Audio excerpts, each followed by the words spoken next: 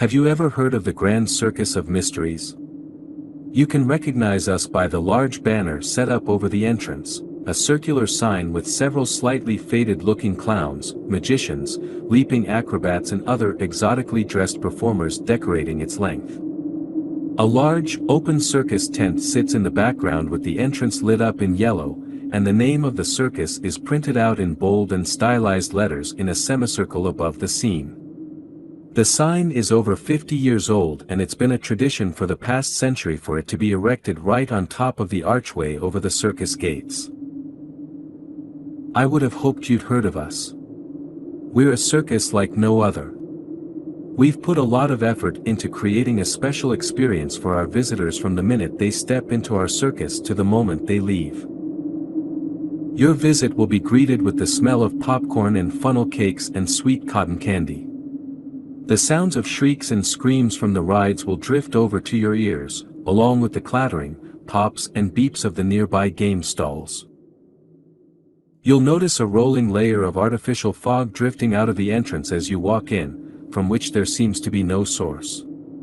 It curls and laps your ankles as you pass through the entryway, giving you an eerie feeling. The fog leaves a light haze in the air around you wherever you go within the circus. It's always totally gone by the time you're leaving. You'll most likely be heading to the ticket booth, which is decorated with a range of poster advertisements for whatever special shows are scheduled for that day at the theater. After buying tickets, the vaguely bored-looking employee working at the cramped wooden administration desk will wish you a great time. He will direct you to read the rules, posted beside him on a large and brightly colored laminated sign, and always follow them closely. He promises the ones at the bottom, the stranger ones you will probably want to inquire about, most likely won't come up during your visit, and he's right. If you didn't know what to look for, you'd never guess there's anything sinister concealed from view at the Grand Circus. You'd never have a clue what the rules were really there to protect you from. Once you've bought your tickets, you're free to explore our circus to your heart's content. Near the gateway and the ticket booth are the stalls. Set up here are a variety of colorful stands, most stylized as wagons and each decorated with various, brightly colored signs advertising things like freshly dipped toffee apples and ice cream sundaes, soft serve, with whipped cream and 16 different toppings. Along a wide range of other circus-themed foods. Some are seasonal, others are staples we are well known for, which we sell all year round. Our food is to die for. It's one of the best parts of coming here. I personally recommend the cream puffs or the sugar-dusted cherry and lemon tarts at Tiffany's Circus Bakery. Me and my twin sister Trinity will frequently stop by her stall once the circus has closed for the day in the hopes of getting treated to some of the baked goods she prepared that day which didn't get sold.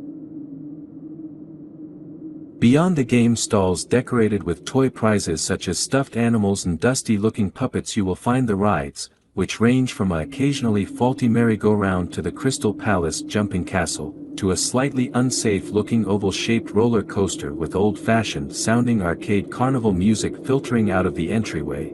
It's not really unsafe, I've personally been on it like 1,000 times. It just appears that way due to being 40 or so years old. In the center of the circus is the most exciting part of the grounds, the part you absolutely can't miss visiting while you're here. This is where the performances occur.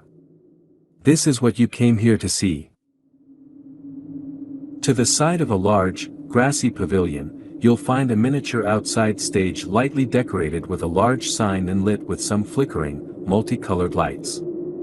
The stage sits under an open circus tent where minor, unscheduled acts occur throughout the majority of the day, such as juggling or clowning or sometimes a couple guest performances, if we can find anyone in the local area who's up to my parents' high standards. This isn't what you've come here, though. This sideshow is only to get people excited to see the big events, and entertain people in between them. The real events occur within the theater. It's set up in the center of the clearing, a red and white striped, oval-shaped tent. The top of it rises up into a set of tall, circular towers, supported by long lines of ropes which are each decorated with rows and rows of lights. It is, usually, the largest thing in the circus, with the peaks tipped with flags displaying our circus logo, and a sizable glowing sign supported in between the two tallest towers reading "The Theater of Mysteries, where dreams come true." You most likely noticed the theater before you walked past the circus gates. It's designed to draw the eye from anywhere in the circus with its large size and startling colors in the day, and with the way it glows brighter than any of the surrounding rides at night, where it will be lit up brilliantly with chains of hundreds of sparkling lights. It looks amazing. I still sometimes get a little zip of excitement when I lay my eyes on it. Shows are scheduled every couple of hours throughout the day and into the mid-evening. You get one free ticket to attend any show of your picking with your entrance into the circus. Families get a special family ticket.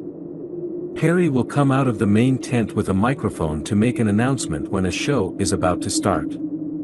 The time of the show you've booked will also be printed out on your ticket, so make sure you don't lose it.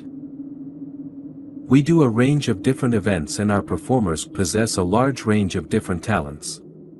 During one of our shows, you might get to see Rachel and Damien fire dancing, Morpheus the magician and his exceptional magic tricks, or one of our unbelievable contortionists, which might possibly be me.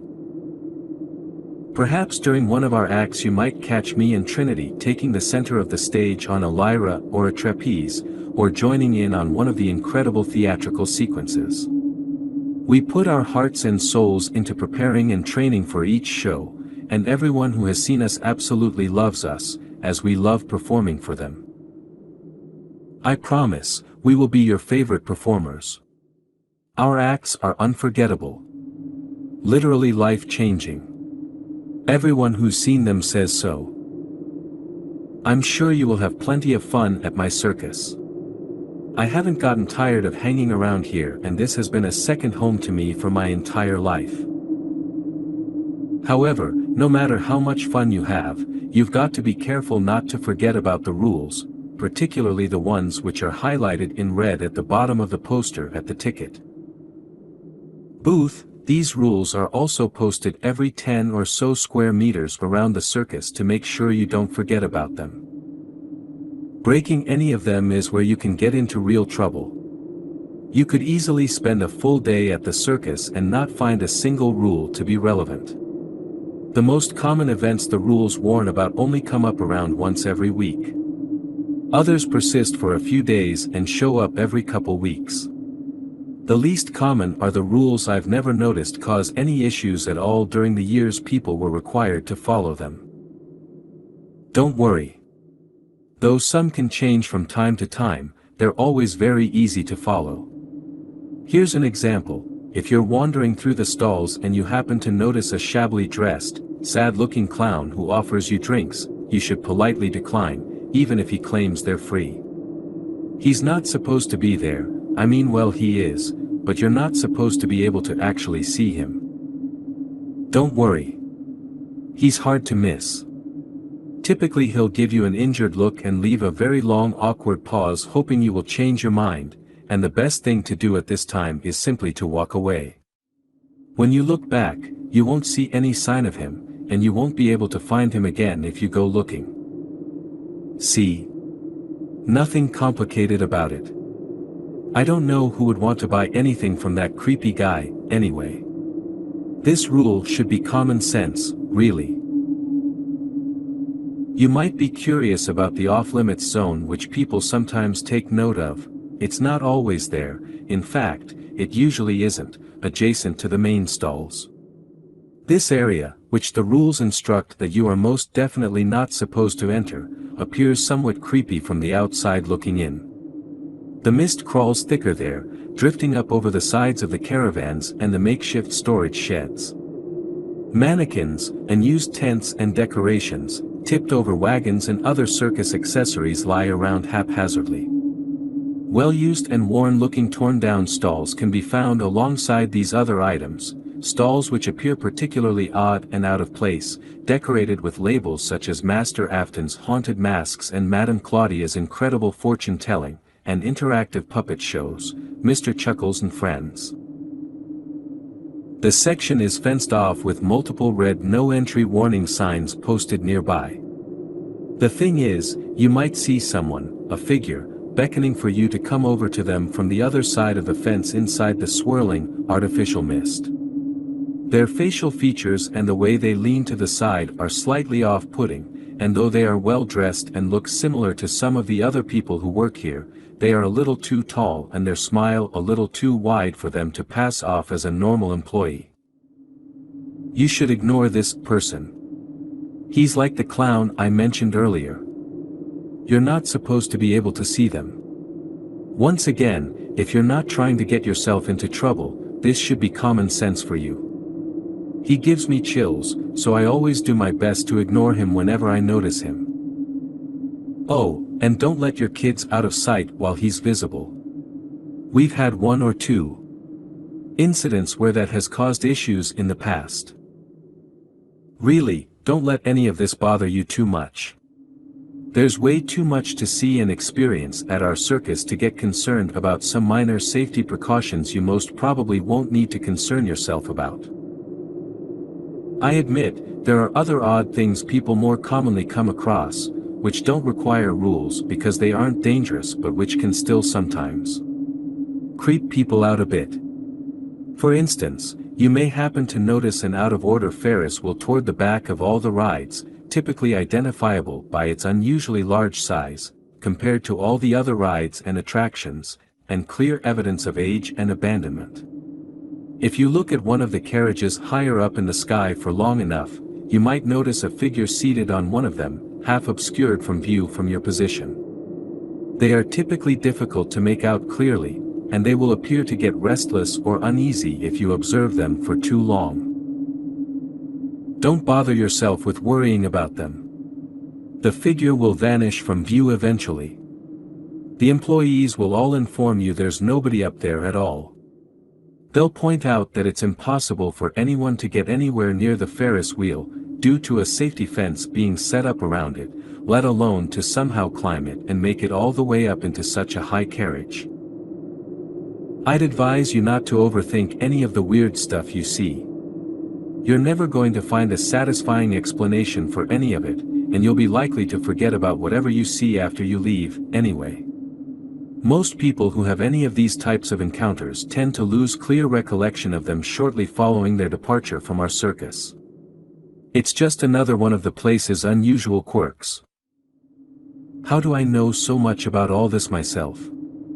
It's a little more difficult to forget things when you're like me and you work at the circus 5 or 6 days each week. When the circus is, like I said earlier, a second home to you. When your parents are the ones who own the place. People like us are different. We who work here are reminded of the unexplainable far too often to forget easily.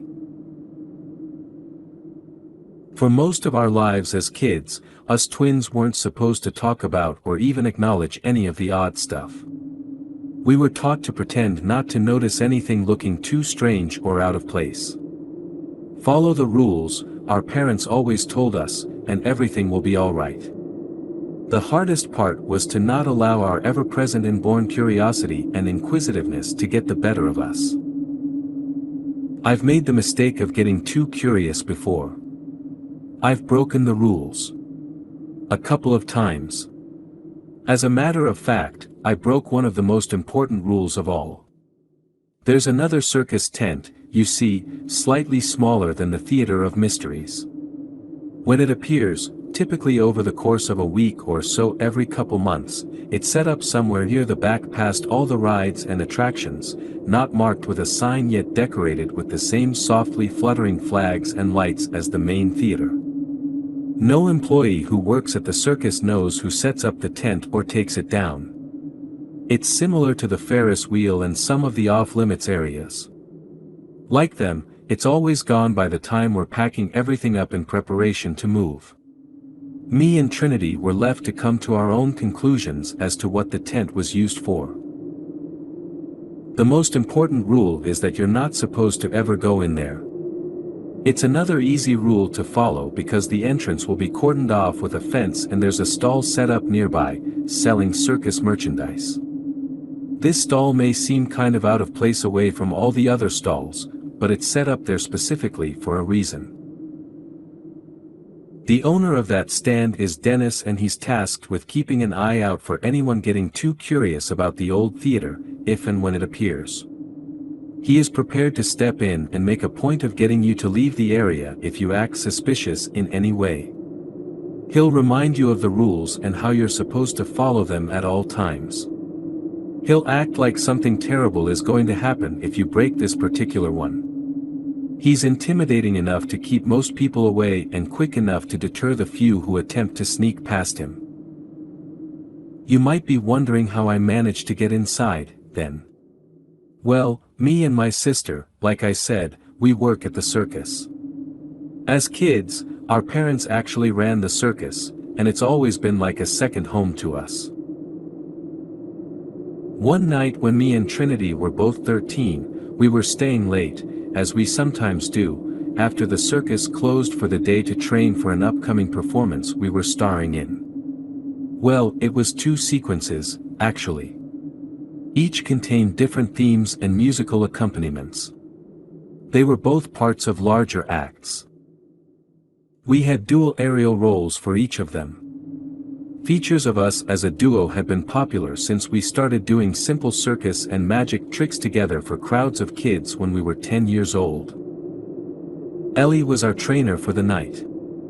She's an aerialist like us, and she does most of the choreography for our lyra and other aerial acts, and typically serves as our aerials teacher most of the time, since our parents are too busy managing things at the circus or rehearsing to take care of that. She's very nice, even though she works us both half to death sometimes, and a great teacher. She always claimed me and Trinity were quick learners. I figured we inherited our skills from our parents.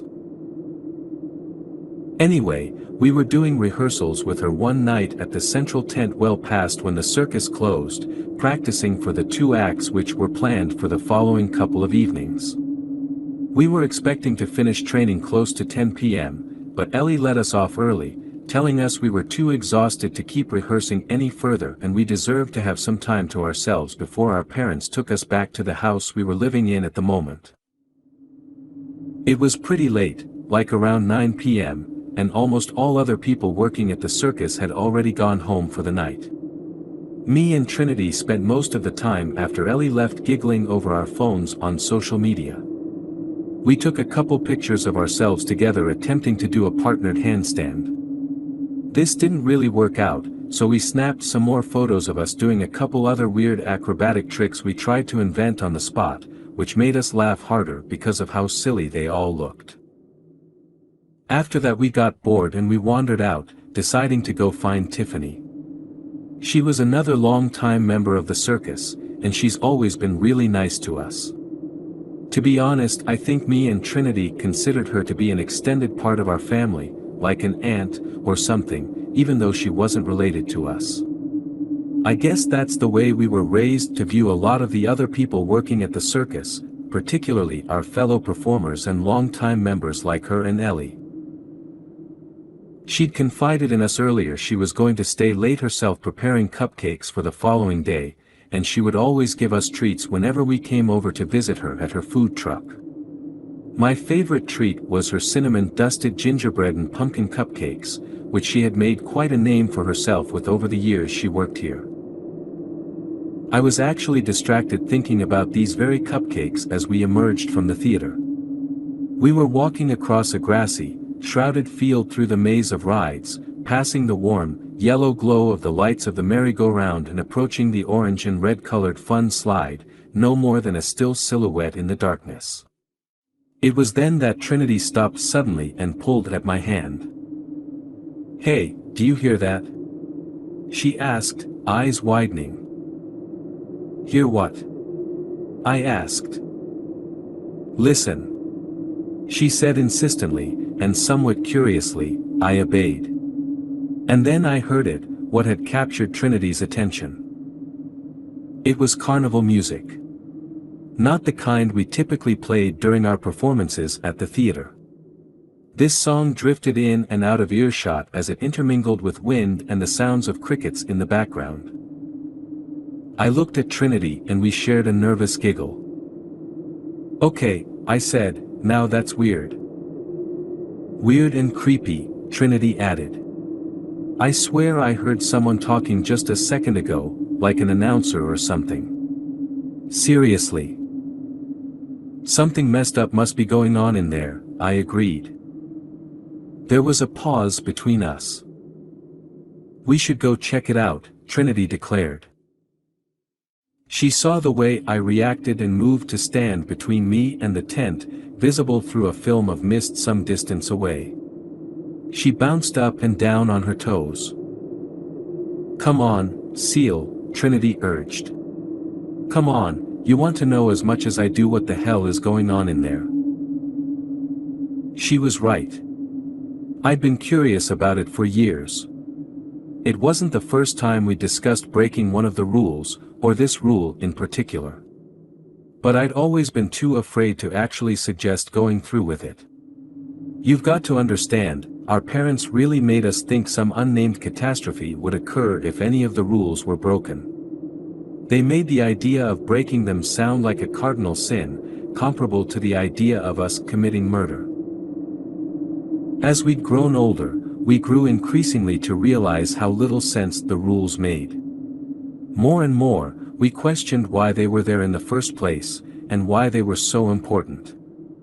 I think tonight was the first time Trinity's curiosity had overcome her fear over breaking them. "You really want to risk sneaking in?" I asked. "It's the perfect opportunity. Look around you, we're practically the only ones here."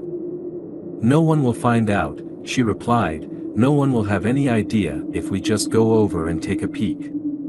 She laughed. "What could be in there that is so bad, anyway?" I didn't want to look afraid in front of my sister, knowing she wouldn't let me hear the end of it. So I tried my best to imitate her boldness. "Yeah, screw it," I declared. "Let's do it."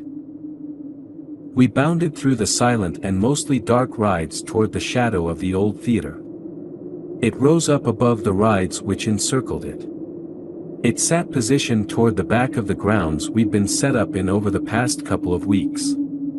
It was a dimmer, less inviting twin to the theater of Mysteries, which was set up in the middle of a central clearing, lighting the nearby rides and stalls in its soft, warm glow.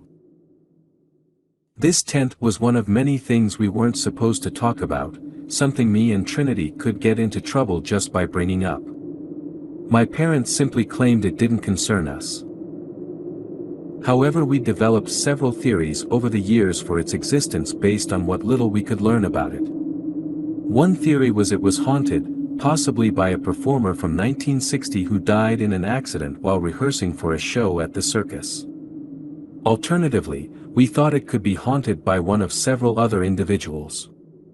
We knew of at least a couple of other workers and visitors who'd unexplainably gone missing at the circus over the decades. In another theory I thought up, it was used for some inappropriate performances our parents didn't want us to know about. Or perhaps, that they were too embarrassed to tell us about. Trinity once suggested our parents set up the tent along with other mysterious, abandoned sections of the circus and made up the rules simply to create an aura of mystery and excitement for visitors, an idea which I found compelling, though this didn't explain why they felt the need to keep the truth a secret from us. Over the years our theories grew progressively more creative and unusual, and we had a lot of fun discussing and elaborating on them amongst ourselves.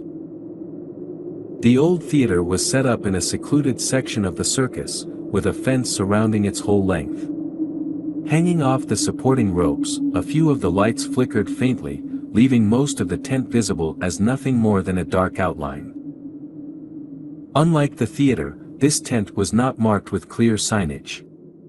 Me and Trinity had always referred to it as the old theater because that was what our parents called it. Only one lone stall stood nearby, where I knew Dennis would stand watch over the area while the circus remained open. Of course, Dennis had left hours ago, as he always did once the circus closed. I hesitated when we reached the fence. The music was clearer now, and underneath it I could catch other noises, the sounds of an audience laughing, and a muffled announcer's voice like Trinity had described. The noises remained oddly distant and faint as we drew closer. Looking at the circus tent from the outside, it appeared totally empty. It was hard to imagine anyone being inside. The noises coming out of it were ghostly and muted enough to sound more as if they were coming from a speaker or radio than a real source. As I stopped at the fence, I was confronted with an overpowering surge of apprehension. Did I really want to go through with this? I wondered.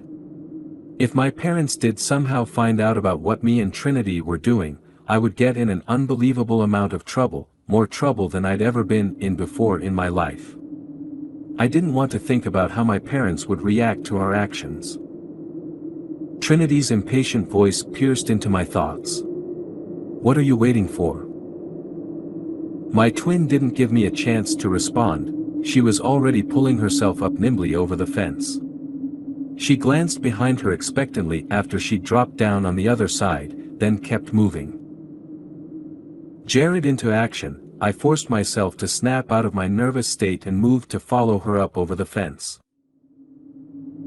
Trinity reached the tent in seconds and pushed apart the thick row of curtains which formed a makeshift entryway, while I called repeatedly for her to wait for me.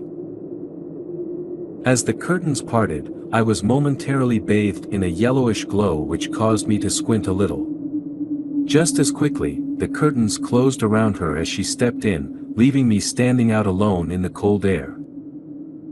I blinked a couple of times as my eyes adjusted to the blackness. I called out again. "Trinity.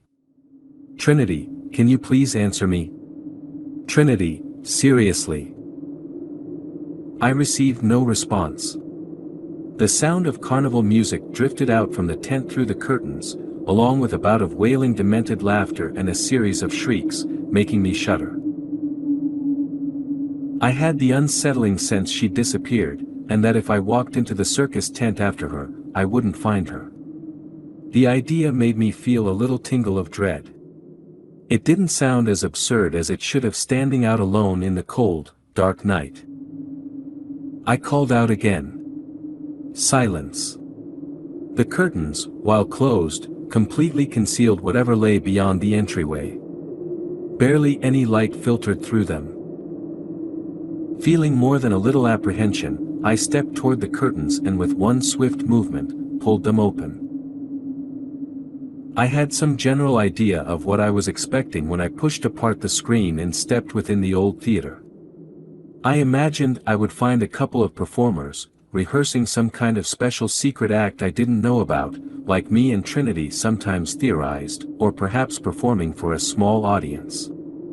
I thought there might be something funny or embarrassing in whatever they were doing, though most likely not of great consequence. It might not surprise you to know this wasn't at all what was waiting for me on the inside. The moment I stepped into the old theater, the music sharpened into focus, and I could make out other sounds, wailing, distorted noises rising under the tones of the music. The circus tent was far from empty. It was crowded and packed full of people, all turned away from me toward a stage, crammed together into rows of red, leather seats arranged in a semicircle around the stage. Most of the audience were cast in shadows and dimness, though rows of hanging, twinkling golden lights lined the walls and ceiling of the tent, and the stage was lit by larger floodlights which put everything on stage in clear view. My attention might have lingered longer on the audience, with which there seemed to be something unsettling I couldn't immediately place, had it not been quickly captured by the spectacle on the stage. The moment where my eyes settled there, I forgot about everything else. What I saw was so absurd I could hardly believe my eyes upon first seeing it. The more details I made out, the more confused and uncomfortable I became, and yet once I started, I couldn't stop watching. The first performance, Brandon the Pigman. This is an approximation of what I saw on stage when I walked in. There were two figures.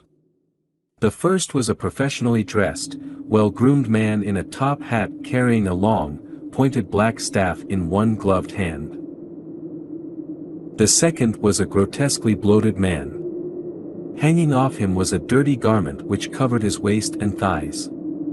His stomach was a series of bulging folds of fat, his legs weighed down and swollen. He was stumbling awkwardly around the stage, spinning around in circles and flapping his hands wildly while he made a series of gurgling and warbling noises at the audience. The first man, who I'll refer to as the showman, skipped small circles around the obese man. Periodically, the showman paused to slap him with the instrument over his belly, back and legs, always in time with the beats of the carnival song playing. After a short while of this, he deftly poked the man with the staff in the center of his distended midsection. The man's eyes bulged outward and he let out a pig-like, squealing sound. Some drool came dribbling from the corner of his mouth. The showman pulled the instrument back and spun it in the air a couple of times with a flourish. The audience cheered. The showman responded by tossing his staff high into the air and catching it, then twirling it around and juggling it between his hands a couple of times. At this time I noticed more figures joining the pair from the back of the stage. There were 5 assistants dressed in plain but professional-looking overalls, each wearing a white comedy mask fixed in a different, disturbingly exaggerated expression. 3 of these individuals marched forward in time with the music. When they reached the fat man, they went to grab his arms and support his weight while he struggled weakly against them. Another assistant presented the showman with an instrument which looked like some kind of long and enlarged, filth-encrusted funnel. The man's mouth was pulled wide open by a 5th assistant, and the showman, acting as if with exaggerated effort, shoved the smaller end of the apparatus deep down the man's throat. 2 of the assistants who had left the stage briefly now came marching back, burdened by an extremely oversized glass teapot with handles. With some effort, the teapot was lifted by them into the air and partially appended, so the lumpy, brown mixture filling it started to spill out into the funnel shoved down the fat man's throat. They began to steadily pour all of the thick and slightly chunky mixture into it.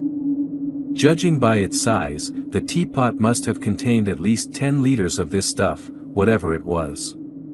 The sludge popped and bubbled, and it looked as if there was something, or perhaps a large number of things, writhing and wriggling inside it. Though it started slowly, the rate of pouring increased in pace alongside the accelerating carnival music still ringing in my ears. Over time, the funnel began to fill up, and some of the mixture spilled over as the last of the contents of the teapot was being poured into it. As this was happening, the showman, who'd stepped aside to watch, periodically poked at the mess of liquid with the bottom end of the staff he carried to force more of it down the funnel. He persisted in doing so after the pot had fully emptied, until it looked like the funnel itself was also empty. After leaning over and examining the wider end of the apparatus, he gave a satisfied nod to the assistants. He plucked the funnel out of the man's mouth and handed the wet and sticky tool to the nearest masked figure. As this mixture was being forcefully fed to him, the man's body had begun to expand, additional folds of flesh forming and his already distended stomach bulging further outward. Not once did he throw any of the liquid up, though it certainly appeared that he wanted to, gagging, retching and heaving violently once the teapot was taken away. I seriously didn't understand how he didn't vomit most of it right back up, given the sheer quantity he'd been forced to consume. Even for his great size, I couldn't imagine all of the liquid in the pot fitting within his stomach. I did notice he looked substantially larger and fatter than he did prior to the force feeding taking place. As the assistants disappeared with the pot past the stage curtains, the showman began poking the fat man again, eliciting more of the same reactions the man gave the first time the showman did this, and further sounds of amusement from the crowd of onlookers. The showman was treating the man like he was an animal, I thought. and the man acted like one, too. The whole thing all felt a little too real to be just a part of some performance. Of course, everyone else, except for possibly the fat man himself, was acting like it was one. This process repeated several times. I came to realize the assistants took the pot off stage each time to refill it. The man being force-fed steadily got fatter and fatter every time the feeding occurred, gaining at least 20 pounds with each round of the process. By the end of the third round he couldn't stand up anymore, and even 4 assistants struggled to support his weight. The countless, multi-layered folds of flesh which had developed and the full extent of his unnaturally distended abdomen have made him look barely recognizable as human. Each time in between the forced ingestion of the sludge in the pot, the showman used his staff to poke and prod the bloated man, and each time the responding wails from the man became louder and more shrill, until they sounded bestial. The audience reacted to all this with increasing enthusiasm, cheering the showman on, applauding in the small intervals where the showman turned to look or motion at them. After only a couple more minutes of this, the man's skin stretched and ballooned out to a comical extent, and the extra layers of flesh which had formed on him were no longer sufficient to support the additional mass he was gaining. His head looked tiny sitting atop his massive, bloated body. He was clearly sick and was incredibly weak, hardly responding to the showman's taunts or the audience's jeering. He didn't offer any resistance the next time the funnel was shoved into his mouth and down his throat.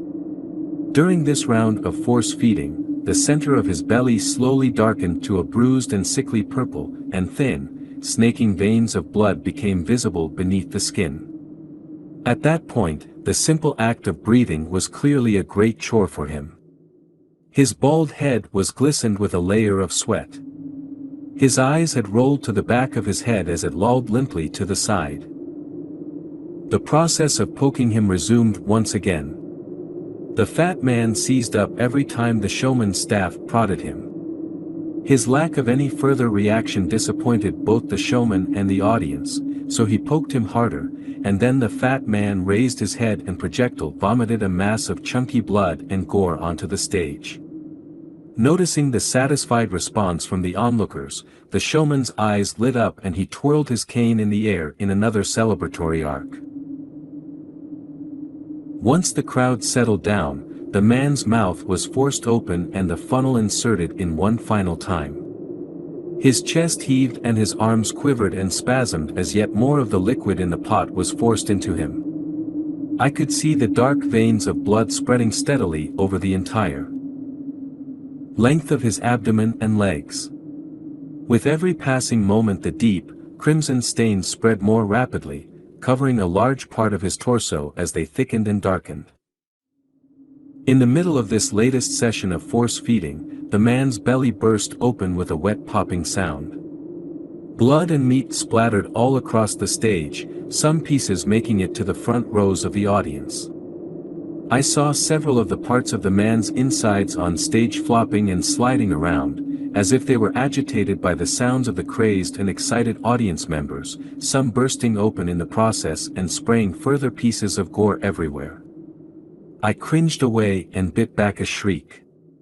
Thankfully, I was much too far away for any of his remains to reach me. The audience loved it. The front rows who had just experienced the man's insides splatter all over them cheered the loudest. The showman bowed several times, himself somehow having managed to keep entirely clean of all the gore splattered about him. The assistants began to drag what was left of the fat man off to the curtains, several pieces of his inside slipping out in the process and joining the trails of blood and viscera left over as he was dragged away. Right as he was being tugged behind the curtains, I heard him release another choked wail which was quickly silenced with a few sharp commands from the showman as he followed the assistants off the stage. What the hell did I just watch? I whimpered afterwards. They must have faked it, Trinity whispered back. They faked it? I repeated, disbelievingly. If any of it were real, why weren't the audience freaking out? Trinity hissed. Look at them.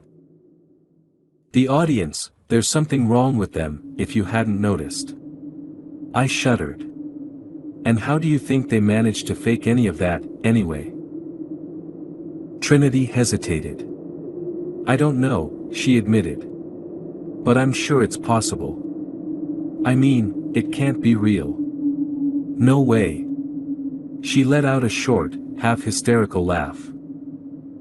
None of this makes any sense. I mean, what are all these, I hesitated, people doing here anyway?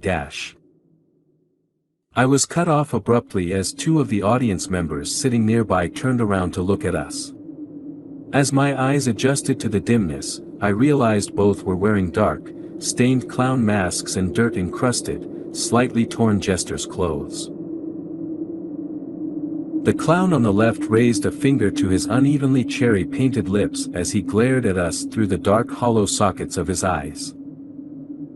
Both of us fell silent immediately as we locked gazes with the clowns. The second one turned back, but the first continued to stare at us, pinning us in place with his icy stare until a voice boomed across the theater from the stage, drawing his attention away. We've got to get out of here, I thought. There was something really wrong with this place. I turned away from the clowns and froze as I searched the length of the tent walls with my eyes. Trinity, I whispered, where did the exit go? She glanced around and then stared as I did. In the dimness, I saw her eyes widen. It's freaking gone. I breathed. It can't be gone, she muttered. She looked as frightened as I felt.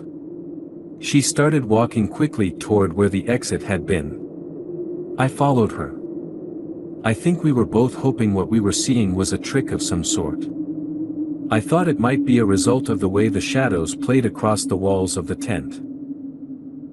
It wasn't a trick. This became very clear as we got closer. The entrance was completely gone, replaced by the monotonous red and white striped canvas walls surrounding it.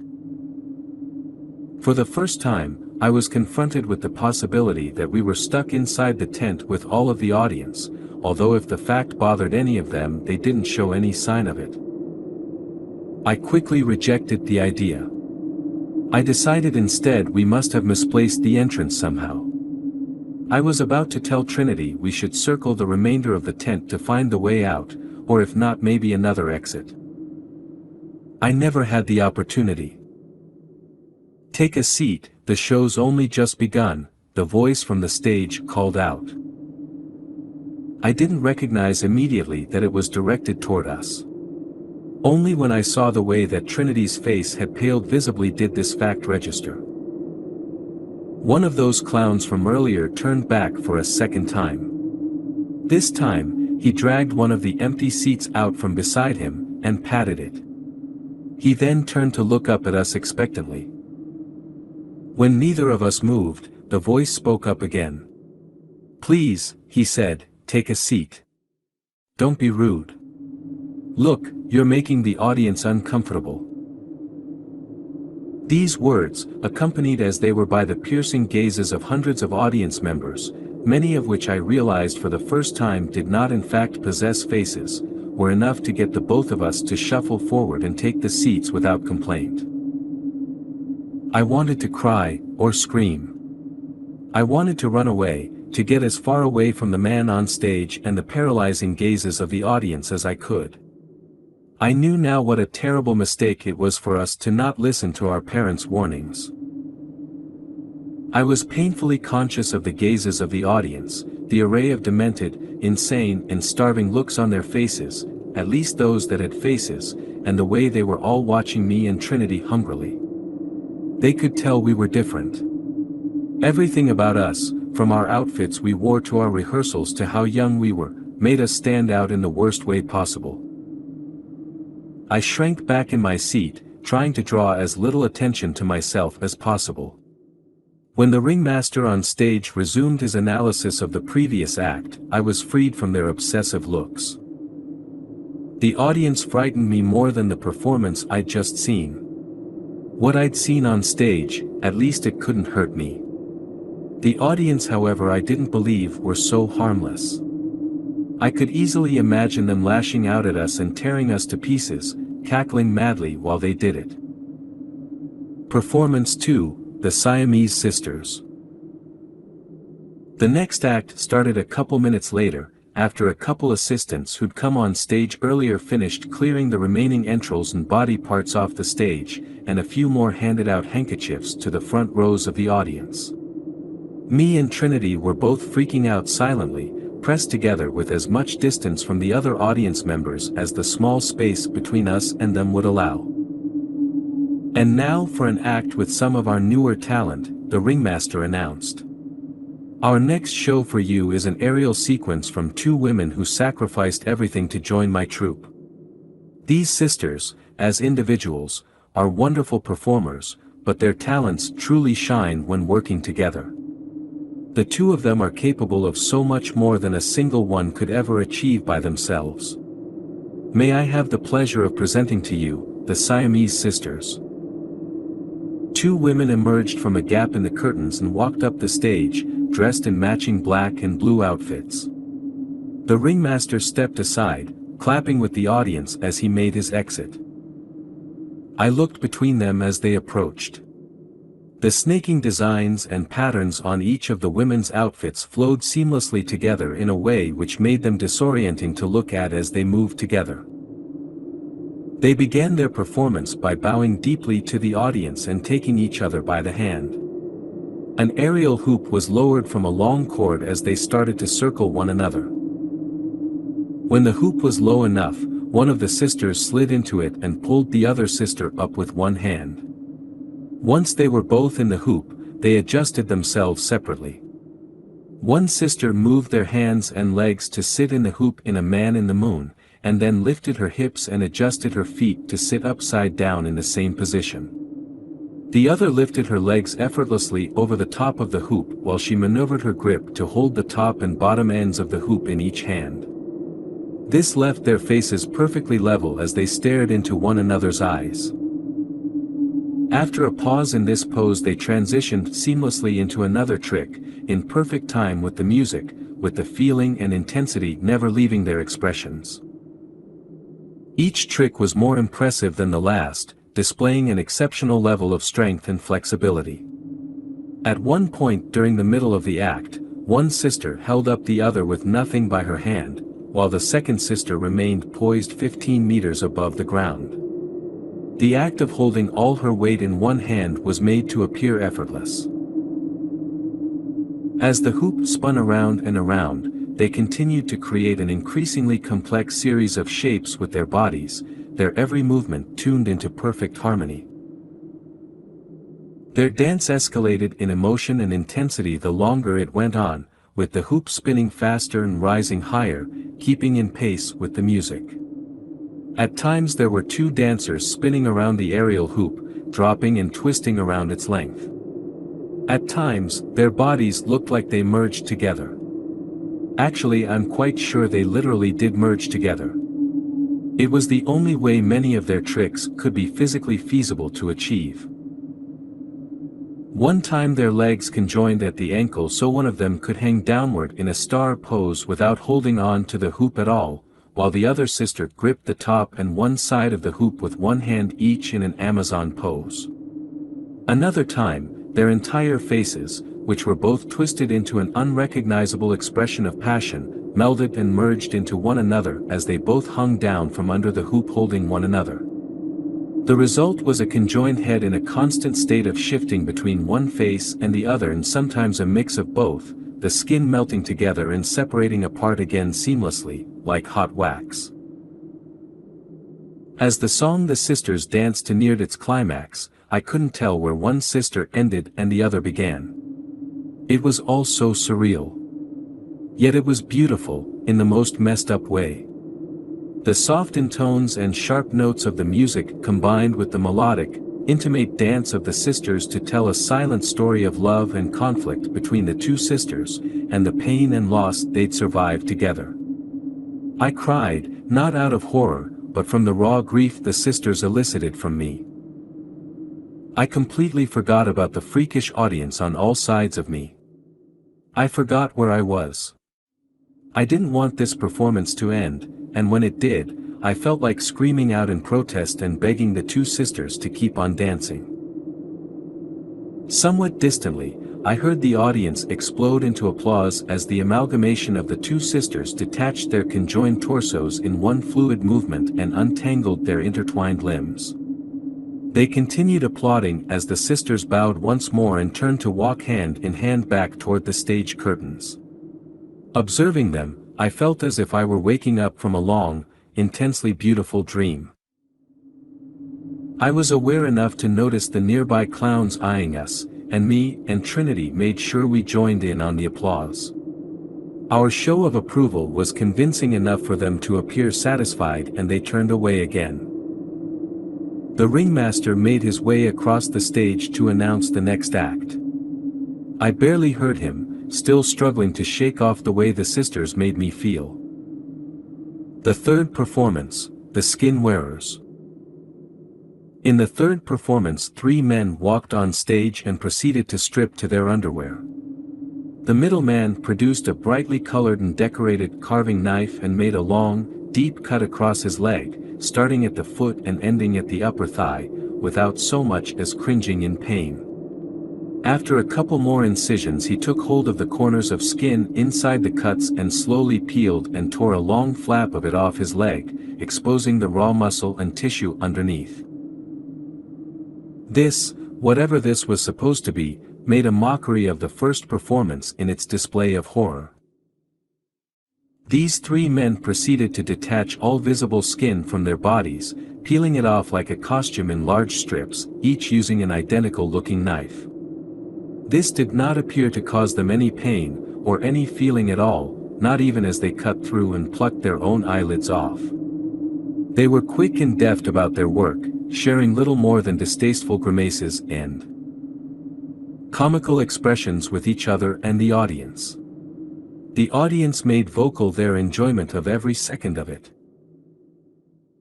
The skin of their bodies fell in a pile around each of them, which they stepped out of once they were finished with their task. Once they were all done, the 3 men then switched positions with one another. They proceeded to grab pieces of the skin at their feet and stick them haphazardly onto parts of themselves.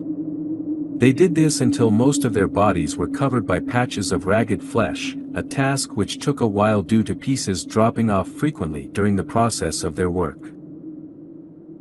They made a point of showing off the result to the audience when they were done, acting as if they were part of an art exhibition, alternately taking the center of the stage to present themselves. Once they were all done, they removed all the skin again and switched places on the stage. The process of putting on and removing the piles of skin repeated several times, though they never seemed to try at all to get the long strips and flaps of flesh where they were meant to go on the body. This might have been part of the point, however. The blotchy patches of skin forming their asymmetric, floppy faces and the unnaturally overstretched portions of it on their bodies was hilarious to the audience, whose hysterical laughter filled the circus tent every time one of them finished attempting to layer the pieces of skin on top of their ragged bodies, and they posed and made an expression for the audience. The results were always grotesque, most of the skin stuck half on and half off at all the wrong places. The flesh they attached to themselves was stained dark red from blood which leaked out from under the overlapping layers. Sections of their muscle and sinew remained bare, and the skin hung off other parts of them like a piece of loose clothing attached to their bodies. Their faces were the worst, cheeks sagging and large sections of their bare scalps visible.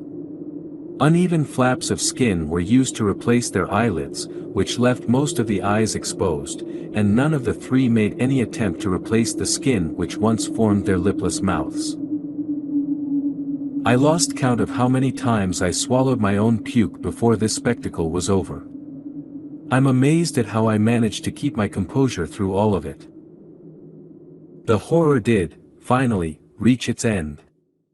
After the 3rd or 4th repeating of the process of the skin removal and reattachment, the men stripped themselves of all the pieces of skin one last time, tossing them randomly into one of 3 adjacent piles. Once this was done, they reattached the skin from the nearest pile to their bodies as quickly and efficiently as they'd removed it.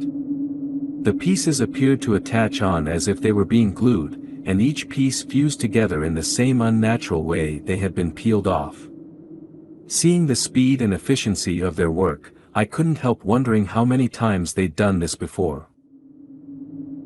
Once they were finished, they redressed and bowed deeply like the other performers did.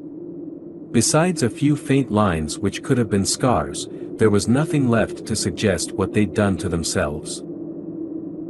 Sometime during the third performance, Trinity attempted to call for help with her phone. I saw her doing it in the corner of my eye, keeping the light of her phone hidden with the help of the extra fabric around the sleeves of her costume. This led us to another despairing realization. We couldn't call or text anyone. Trying shortly after her, I had as much success as Trinity did. Neither of us could access the internet either. I felt like an idiot for not thinking of trying to use my phone myself earlier, but I suppose it didn't matter. Our phones, for the moment, were useless to us. The 3 initial performances together couldn't have lasted longer than 40 minutes, though it was a time which stretched on to seem much longer. After a brief silence took to the stage, I allowed myself to hope for a moment that it was all finally coming to an end. Then the ringmaster returned to the stage to announce yet another act, and I sank down into my seat in despair. I managed to hide my reaction with some effort, and as the ringmaster enthusiastically introduced the next production, I braced myself for whatever unspeakable display awaited me. At least, I thought, the audience seemed to have stopped caring about us. The fourth performance, Eternity. A bald, shirtless man came onto the stage wielding a fire poi and began fire dancing. He was the most talented fire dancer I had ever seen, and working at a circus, I've seen some incredible fire dancing performers over the years. The way the flames surged and swept around him, it seemed like they had a life of their own, and once or twice I was sure I saw a tormented face rushing out at me from the orange light. If I hadn't witnessed what I did during the earlier performances, I might have been able to convince myself that part was my imagination. This performance wasn't accompanied by a song exactly, though I could make out some kind of hollow, mournful sound in the background which steadily rose in volume and strength over time. It was hard to listen to by the time the performance reached its climax, at which point it was loud and sharp enough to put my teeth on edge. The act, like many of the others, escalated further as it went on. The climax of this act was a final, dramatic trick sequence which was so rapid the flames around the dancer became a dizzying blur. As he moved, they spread across the length of the poi in a surging rush. He kept holding the instrument even as the flames licked at his hands and then burned his fingers. He kept holding it after his clothes had caught on fire and his hands and arms became red and blistered, and as they began to turn a sickly shade of purple. I caught a glimpse of his eyes closing as his body burned and the flames spread up to his face, and yet still he danced, fast enough now to become totally obscured, and absorbed, by the spinning, whirling flames. By the time the reddish glow started to fade, there was nothing more of him left other than a trace of ash on the stage where he once stood. The ringmaster briefly took to the stage again whilst a couple assistants ran out to hurriedly clean the soot-stained area. As this was happening he announced the next act, a dance piece by the famous Peccatorus Chorus, a ballet company he expressed evident admiration for. Some say they were touched by an angel, he whispered into the microphone. Others claim they suffered a terrible curse. I've heard from one man that they are stuck within the limbo between life and death, trapped there until they find redemption. Their origins remain a true mystery to me. But nothing can deny their uncanny talent for ballet. He laughed. As the last of the soot was brushed into pans and taken by the assistants off the stage, the ringmaster raised his voice and cried, "It is my great pleasure to present to you, the Peccatorus chorus and their magnificent masterpiece, The Price of Intimacy. The ringmaster made his grand exit with the last of the assistants. He left the audience in a brief, apprehensive silence as they awaited what was coming next. The fifth performance, The Price of Intimacy. 10 women dressed as ballerinas moved onto the stage one by one, each bowing to the audience in turn. Once they had taken their positions in 2 symmetrical lines, they began to perform a traditional ballet dance to the sound of 3 female melodic voices and accompanying piano music. This was one of the longer performances, lasting what must have been at least 20 minutes. This act, like the previous, had a relatively unassuming opening. The ballerinas were graceful and practiced, moving together in perfect harmony. They used the full length of the stage, arranging themselves into various shapes and patterns, drifting apart and then coming together again in quick succession. In time with the changing pace of the song, their dance became faster and faster. As the dance went on, something about their motions began to disturb me. Rather than consciously moving their bodies, it was more as if they were being pushed and pulled by some kind of irresistible force. It began to look unsettlingly like they were puppets being yanked on invisible strings. This metaphor only became more convincing as this production continued. I felt like I shouldn't keep watching, but some surreal quality of the scenes on stage had my eyes permanently glued to it. Like with the previous acts, I couldn't bring myself to look away. After 10 minutes of this non-stop dancing, uncomfortable and then pained expressions formed on some of the faces of the girls and many began to stumble and misstep from what I came to realize was sheer exhaustion. They needed to keep up with the increasingly rapid pacing in time with the song, while performing sequences with unforgiving levels of challenge and complexity. And it was as if they couldn't stop, even when it didn't look like their trembling arms and legs could support them anymore. The pace of the dance never slowed down, not when one woman dropped to the floor, seizing and jerking violently. The other ballerinas merely stepped over her, not pausing with the tempo. It wasn't long before another of the dancers collapsed, choking and groping at her chest and then lying still, and then another, hitting her head hard against the corner of the stage and going immediately limp. I could see a couple thickening trails of blood forming from beneath where the latest victim's head was lolling to the side. Another dancer twisted their ankle in an unnatural direction during a particularly complex sequence of movements. I noticed the same ballerina had a line of saliva dribbling from the corner of her mouth. She and another one collapsed almost simultaneously a minute or so later. I thought I saw relief passing across her face as her legs finally failed her and her eyes fluttered closed. At that point I remember the 3 singers in the musical piece accompanying the act became 2, the highest pitched voice dying away as the latest ballerina fell to the floor. The dance continued. As more ballerinas fell, the remaining women wove around them, stepping on and occasionally kicking them as if they weren't there. One of the last 3 ballerinas fell limply into another's arms and dropped to the floor when the other let her go. She was left to lie there, her face fixed in an expressionless stare. The music accompaniment grew dark and mournful, its tone morphing a little more each time another dancer entered her death throes. The final 2 girls lasted for another couple more minutes. One stumbled and tripped over one of the bodies lying on the floor mid-spin and fell. She tried to get up a couple of times with increasing urgency. The invisible force that was her puppet master wasn't yet done with her. In synchrony with a series of climatic vocal tones, she was pulled into the air like a ragdoll repeatedly, and each time more violently. These movements twisted her into various unnatural shapes until I could see her bones shifting and breaking under her skin. The third time she was tossed up so violently she spasmed and her body was forced to contort into an impossible angle. I swear I heard the snapping sound of her spine giving out all the way from where I was seated.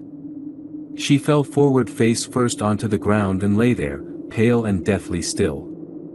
I couldn't count how many places I could see her bones broken from her last, violent contortions. By this time the single remaining singer's voice was filled with raw, pained emotion, and it sounded as if she were about to cry. The final ballerina's movements weren't at all graceful anymore, her utter exhaustion clearly showed through in her every action. Her arms and legs physically shook unsteadily through her sequences of pirouettes and fouettes, adages and grand jetés. Yet she was never allowed to slow down or rest, not for a moment. She looked terrified when she finally collapsed, just as the music came to a close in a final dying, haunted wail that faded slowly into silence. I could have sworn her pleading eyes met mine for a single moment right as she fell. The crowd began to roar in deafening applause as her chest stopped rising, the loudest applause they'd given yet to any of the productions. The bodies of the ballerinas were promptly taken off stage by 6 assistants, dumped on top of one another in a number of colorful, small carts. The ringmaster returned and complimented the dancers, looking quite touched himself. He went on to announce the next performance. And I continued to watch it all, not daring to look away. The next couple of performances grew progressively more surreal. In one of these someone took their head off and spun it around, while it talked and babbled nonsense at the audience. In another, a ventriloquist took to the stage with a dummy made of flesh and bone which appeared to be growing in place of the man's hand. I didn't understand a word that came out of the thing's mouth, but the audience seemed to love it and they laughed like the thing was making the funniest jokes they'd ever heard. I could no longer describe to you the nature or content of many of the later performances. They were incomprehensible, filling me with a kind of dread I struggled to put into words. There were times where I attempted to rationalize what I was witnessing, only for confusion and creeping horror to cloud my thoughts. In some brief moments, what I saw almost made sense to me, then the understanding slipped out of my mind, leaving me more confused than before. Unsurprisingly, the audience did not share in any of my or Trinity's discomfort. They loved each performance more than they did the last. Though the majority of what I saw was decidedly awful, it wasn't bad. There were a couple acts in between the bad ones which hit me in a very different way. These ones had me mesmerized, the images on the stage driving me to a near ecstasy of emotion. They were the ones I didn't want to end, and left me feeling hollow and lifeless inside once they did. They were the small breaks of blinding beauty in a sea of monotonous, endless horror. Between all of this, I lost count of the number of times the ringmaster returned to the stage to enthusiastically describe the next production awaiting our viewing. I grew somewhat numb to the parade of insanity on stage, detached from myself, so I sometimes felt as if I was standing some distance away, observing my slumped and dull-eyed form. The shows lasted for hours, long into the night. To me, it felt like an eternity. I started to wonder if the night would have an end. I started to wonder if I was going crazy. It was at least 3 hours after our entrance that there was any sign of our visit to the midnight circus, as the ringmaster named our location more than once, was coming to a close. And now for our final performance, the ringmaster was cut off by a number of boos from the audience. He bowed his head to them briefly before continuing, to conclude the night with something truly unforgettable. I present to you, the Blood Witch and its many children, to share their special gift for your pleasure. I didn't catch what he'd said at first. I was still dazed and unfocused, and though I heard the words, they carried no immediate significance in my mind. Trinity, however, registered the announcement, and I heard her whispering something and pulling at my arm. She stopped short as the last performance began to play out on stage and fell silent again, though she kept a tight grip on my hand. The final act concluded 15 minutes later. The ringmaster took to the stage as he'd done many times before, clapping his hands together and nodding enthusiastically. I heard him complimenting all of the performers and then telling the audience he was afraid he must wrap up the show for the night, but promising them they would see him again soon. This was when everything took a transition back into sharp focus for me. I suddenly understood what he was saying. It was all nearly over, I realized. I could hardly believe it. The audience was expressing their discontent more vocally than before, which elicited a sigh of regret from the ringmaster. I know, he said sympathetically. The entertainment is over far too soon. Unfortunately, we've run out of performers for you for tonight. He waited patiently through another long round of booing and various other, more disturbing sounds of expressed displeasure. This didn't abate, and finally, he sighed and raised a hand placatingly. Lucky for you, I do still have one last item lined up for this evening. Not a performance, though. Something special, to leave your night with sweet memories. What do you think, The audience settled down again quickly. The ringmaster's next words rang clearly over the rows of seated denizens. We will conclude tonight with one final event. For this act to be possible, however, I am going to need a couple of brave volunteers. The ringmaster surveyed the quieted audience as they settled back into their seats. It wasn't long before his eyes fell on me and Trinity. A slow smile spread across his face. Perhaps the two fellow actors would like to grace us with their assistance. I wanted to shrink away from his gaze and the looks countless other onlookers were giving me, yet I couldn't bring myself to move. I hoped and prayed he would choose to leave us alone and ask for someone, literally anyone else, for their assistance. Instead, he continued to stare at me expectantly. A wave of sickness and nausea swept over me. The world spun around in circles, and I bent over in the chair, my legs going weak. I think for a few moments I must have blacked out, because the next thing I knew, I wasn't sitting in the audience anymore.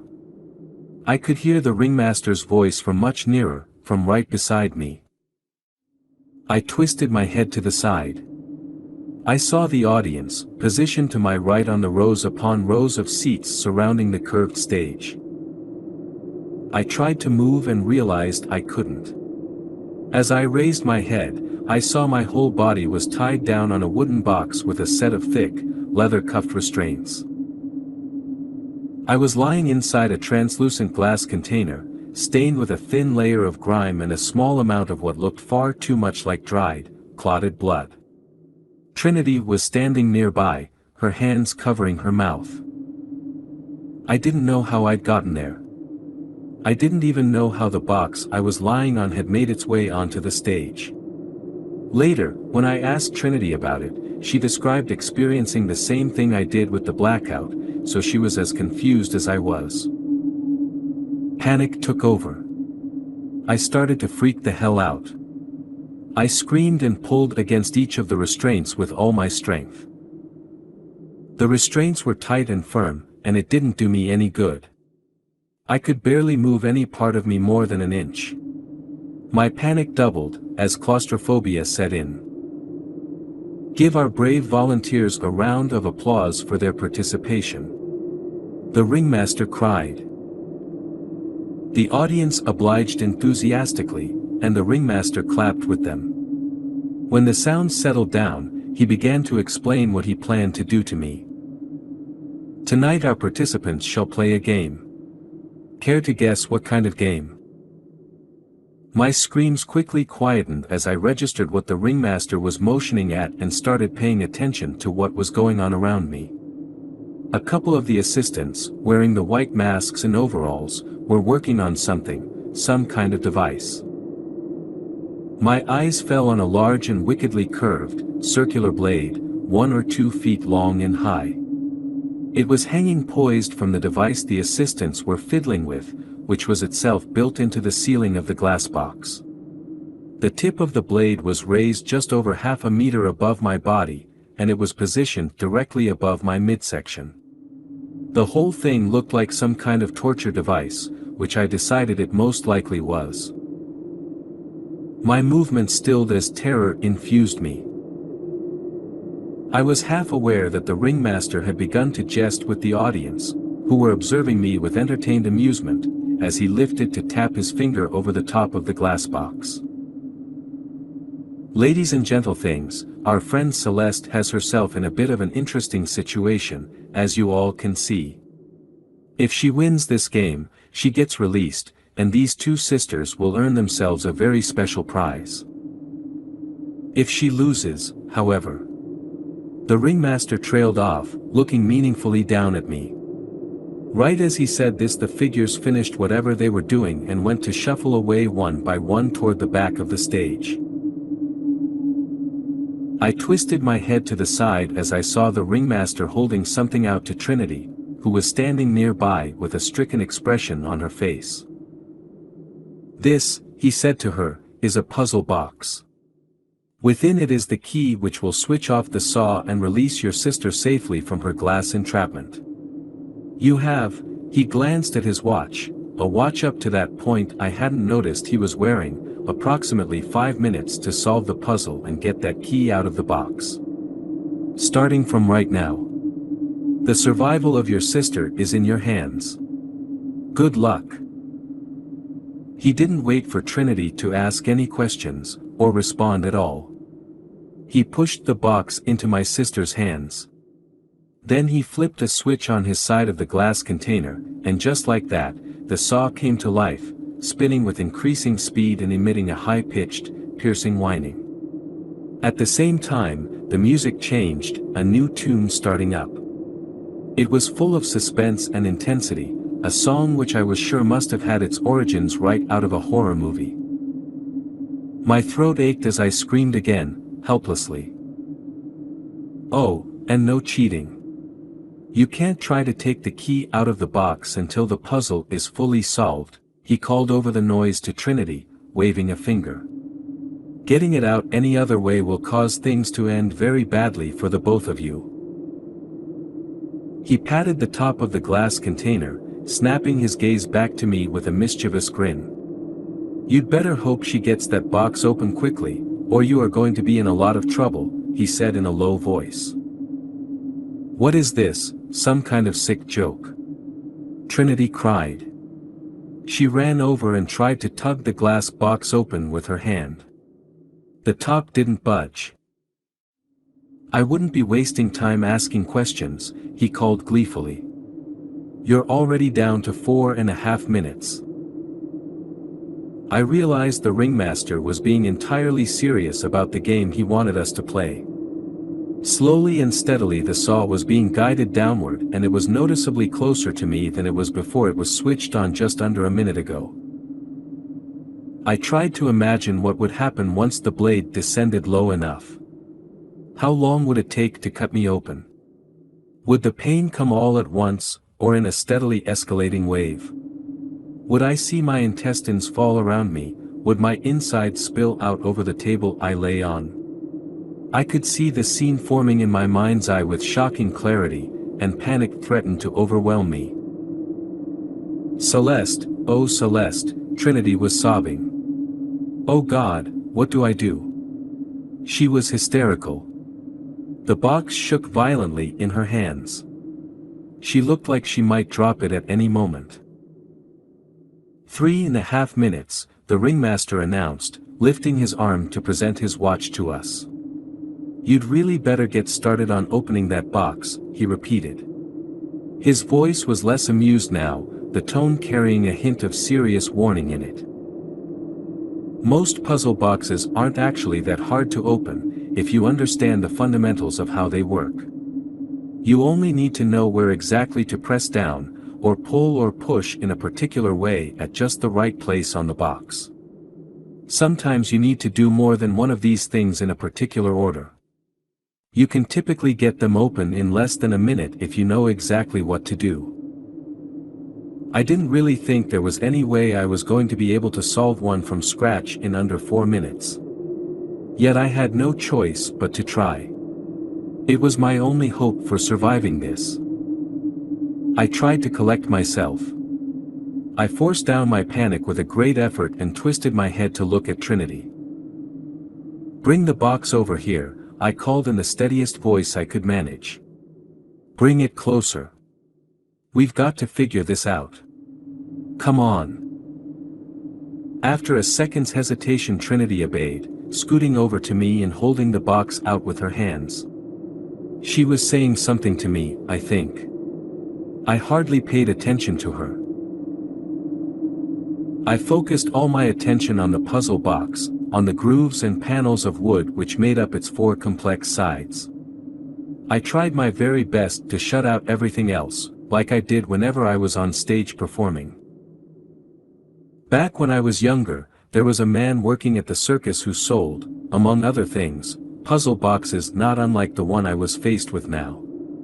On some of the days where our parents were particularly busy ordering people about or doing other management-related stuff they had to do, they would let me go over to his stall to play with his puzzle boxes and other toys. In my mind's eye, I saw myself sitting in a chair behind the stall with one of the boxes cradled in my hands. At that moment, the memories came back with perfect clarity. It was difficult to figure out the first few he'd given to me to play with, but I'd gotten better and better at opening them as time went on. Eventually the guy had quit working at the circus after a big fight with my parents, with a plan to establish a permanent shop somewhere else. He left me a pair of his hardest puzzle boxes as a parting gift. I'd only ever managed to get one of those open. I was scared the puzzle box would be unrealistically hard to finish in the allotted time. I could only pray the ringmaster intended to give me a fair chance of winning his game. Trinity, thankfully, pulled herself together enough to follow my instructions. She was careful to show what she was doing and described in detail how the box felt as she turned it around and manipulated it with her hands. Trinity's experimental exploration of the box paid off. As it turned out, she only needed to pull at a pair of grooves on either side of the box to trigger something. She managed it faster than I'd anticipated. Trinity gave a little cry as a side panel came free, which turned into a sound of frustration when it only slid about an inch open. There was a second part to the puzzle. Of course there was. I had to yell at Trinity not to break the box, because I was fairly sure she was about to. Thinking quickly, I lied to her and told her I thought I knew the full solution to stop her from getting us both killed doing something stupid in her frustration. The only thing I could think to do at that point was to keep guessing, telling Trinity to try various things I could remember learning to try with the puzzle boxes given to me by Peter all those years ago. "Turn it over," I instructed. Trinity did, and I had to tell her to turn it the other way, so I could view the side of the box she'd partially pulled open. My thoughts racing, I instructed her to gently lift the panel up and down after sliding it out as far as it would go. Then I told her to try pressing down on the sides of the puzzle box while simultaneously attempting to push and pull the partially open wooden panel gently back and forth. None of this worked, and the box remained stubbornly unyielding. I couldn't think properly. I knew I was running out of time.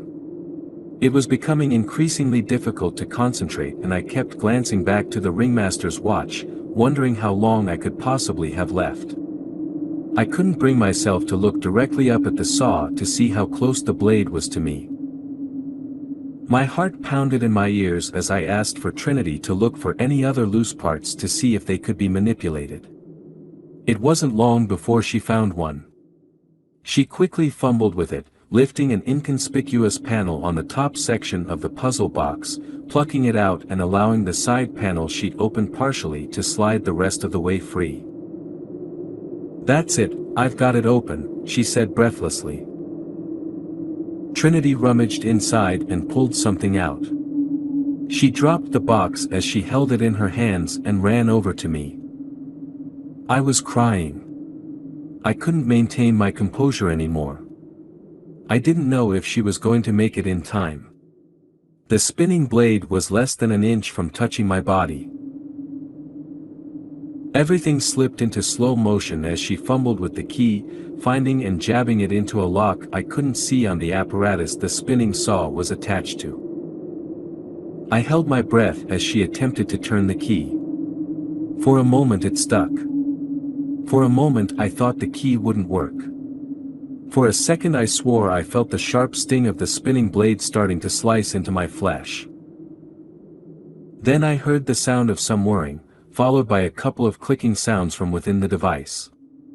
The whine of the saw started to die as the spinning circular blade slowed, leaving a hush in the air as the music faded away abruptly. Slowly, the softened tones of the carnival song returned to play in the background. My God, what a show you two have put on for us. Congratulations! The ringmaster exclaimed. He stepped toward the box and leaned forward to examine it. It looks like your sister got to the solution in just the nick of time. He grabbed the edge of the glass box with one gloved hand and pulled it open effortlessly. I cringed as I felt his hands brush my foot, but all he did was work to undo the restraints holding down one of my legs. The ringmaster talked enthusiastically while removing each of my restraints, not that I was paying much attention. I was too focused on observing his progress, willing him to work faster. I hated every second of him being so close to me while I lay trapped and vulnerable in the box. The moment the final restraint popped open, I shot up and scrambled awkwardly out of the glass prison. I collapsed onto the stage beside it in a heaving mess, and lay there for a couple seconds, shaking uncontrollably. The world spun around me as I straightened up. Then I doubled down and retched. Still heaving, I took several unsteady steps away from the box, fearing another cruel trick. The ringmaster was clapping slowly, glancing between me and the audience. To be honest, I really didn't think you were going to make it out of there. I thought you were done for. He shook his head and chuckled. His voice sounded somewhat distant in my ears. Trinity ran over to me and wrapped an arm around my shoulders, and I clung onto her. The audience, it seemed, didn't share the showman's approval. Their disappointment was almost tangible. Those who did join in with the showman applauding did only after he surveyed the faces surrounding him expectantly and gave them an injured look. The applause was noticeably lacking in the enthusiasm they'd shared after any of the previous shows. Shaking his head, the ringmaster stepped forward, picking the puzzle box off the floor with one hand and adjusting his coat with the other. He reached inside and began fiddling with the box. With another few deft movements, he slid free a panel within the box and pulled something out carefully. Most likely, I thought distantly, the puzzle box possessed a second concealed compartment. I took another few steps back as he held out something golden and sparkling. A thick, metal bracelet. This, he told me, is your prize. A thank you for being such an entertaining guest. I didn't move, hugging myself with my arms as I stared at him in disbelief. Take it, he said. I didn't want to. I told myself I wasn't going to. I wasn't taking anything from him after what he'd done to me. He's playing another trick, I thought. He's playing another game with me. Yet when his smile started to fade and his face adopted the wounded expression once again, I realized I simply couldn't afford to risk refusing him. I parted myself enough from Trinity to snatch it with one slightly shaking hand. I think it'll look good on you in one of your shows, the ringmaster told me. My gaze flicked back at the motionless metal saw and the box it was attached to, the box which had so nearly become my coffin. Come on, put it on. Show us how it looks on you, the ringmaster said, drawing my attention back to him. He was looking on expectantly. With some reluctance, I complied. I stared down at my wrist as I started to slide the bracelet over it. For the first time I really took some time to examine the prize. The bracelet was ornately carved with the words "Dance with the Midnight Circus," engraved in elegant, sapphire blue lettering, the phrase etched above a detailed scene containing a number of ballerina figures poised in the middle of dancing. Each was posed in a different movement as they twirled across a stage drawn over the length of the bracelet. Their dresses spun around them in a way that made them almost look to be moving when the bracelet reflected off the light. Each dancer was drawn in realistic, almost unsettling detail. It shone and twinkled as I turned my arm around. It looked more expensive than anything either me or Trinity had ever worn before. It was beautiful. It took my breath away. "My God, it looks stunning on you," the ringmaster exclaimed from beside me. He sounded almost awed. There were a few brief seconds there where I forgot all the fear and horror, where I was transfixed. I felt an inexplicable excitement building up within me, filling me with energy in chasing away my fear. An absurd urge surged up to break into a dance right there on the stage in front of the deranged crowd. It didn't last long at all. In a few more moments, I felt Trinity give my hand a small squeeze. I looked around and met her shocked and terrified gaze. The feelings died away, and reality set back in. "This gift is special," the ringmaster advised. "I'll let you find out exactly how it works for yourself. But I really do think you'll like it." The ringmaster returned his attention to the audience. He took another couple minutes to wrap up the night, thanking the audience profusely for watching and promising to have another night of fun for you lined up very soon. I took the opportunity to slip the bracelet off my arm and tuck it away while he wasn't looking. There were some noises of protest from the crowd, but this time, the ringmaster paid them little mind. He seemed to have lost all interest in their complaining. Once this was done, he turned back to us and said cheerfully, "You're free to go. Thank you again for being such entertaining volunteers." I risked a peek sideways. Members of the audience were beginning to get up and make their way toward the entrance of the tent, which had reappeared as suddenly as it vanished. The music had died down, and around me a couple of assistants had emerged to clear the remaining haphazard props and decorations off the stage, while others began somewhat unenthusiastically dragging large mops and other cleaning utensils across the length of it, or picking up the visceral remains of various performances and performers, and dumping them into large, plastic bags. Slowly, on shaking legs, I edged away from the ringmaster, Trinity by my side. He moved only to turn briefly to shout some orders back at the assistants. I glanced behind me. What remained of the audience was filling out of the tent steadily. They showed little interest in us anymore. I glimpsed the heads of the two clowns as they made their way toward the exit, followed by a collection of stiffly moving, shabbily dressed bald figures with lumpy, uneven skin who stood a couple of feet over the remainder of the crowd. We lingered on the stage until they were all gone. I could feel the ringmaster's eyes on me as Trinity started to drag me by the arm, once the last of the audience vanished past the curtain. She helped me off the stage, urging me to move faster as we headed through the rows of empty chairs. I glanced back and saw the ringmaster was wearing a friendly smile which didn't reach his eyes. His voice stopped us one last time as we were nearing the entrance. "You could join us, you know, both of you," the ringmaster said. "I'm very aware of how talented you two are." He chuckled. "Maybe when you're a little older, you should consider it." As he spoke, his gaze fixed on me.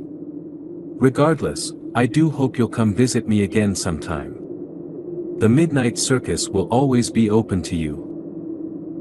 Trinity tugged at my elbow before I could say anything back to him, practically dragging me through the exit. The ringmaster's haunting face imprinted itself in my mind, so it lingered there as he was obscured from view by the curtains falling around us. We stepped outside into the night air, shivering in the sudden and startling cold.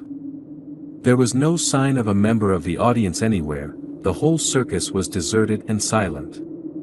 I wasn't so surprised when I glanced back through the curtains and glimpsed the inside of a bare and dark circus tent, completely unlit and empty, with only a few haphazard seats and a derelict stage occupying the open space. The sight offered me little comfort. We didn't stop running until we'd crossed the whole circus and reached the gates which opened out onto the circus grounds. Once we'd calmed down a bit, we went to look for our parents. Trinity checked her phone and found she had a dozen missed calls from them. None of those calls had come through to her phone during the show, however now we were free her phone was working fine again. I appeared to have lost mine sometime during the night, I guessed most likely during the Ringmaster's game. Trinity quickly called our mom and she instructed us where to meet her, at the administration booth near the front of the circus. We found our parents just as they were finishing talking to the police. My mom looked like she was ready to drop the phone when she saw us. I couldn't tell if she was more relieved or angry. She returned her phone to her pocket and demanded to know where the hell we had been. We both started telling in a rush what happened, tripping over each other's words in the process. The narrative we managed to get out between us was inconsistent and out of order. After a minute or two of our frantic babbling, our dad grabbed each of us by the shoulders, instructing us to slow down and start from the beginning. Neither of them stayed calm for long. Their expressions changed from concern to alarmed right after our story started. In the middle of telling them about our decision to sneak into the old theater, our dad left abruptly without another word. Our mother instructed me and Trinity to keep telling her everything but refused to let us know where our dad was going.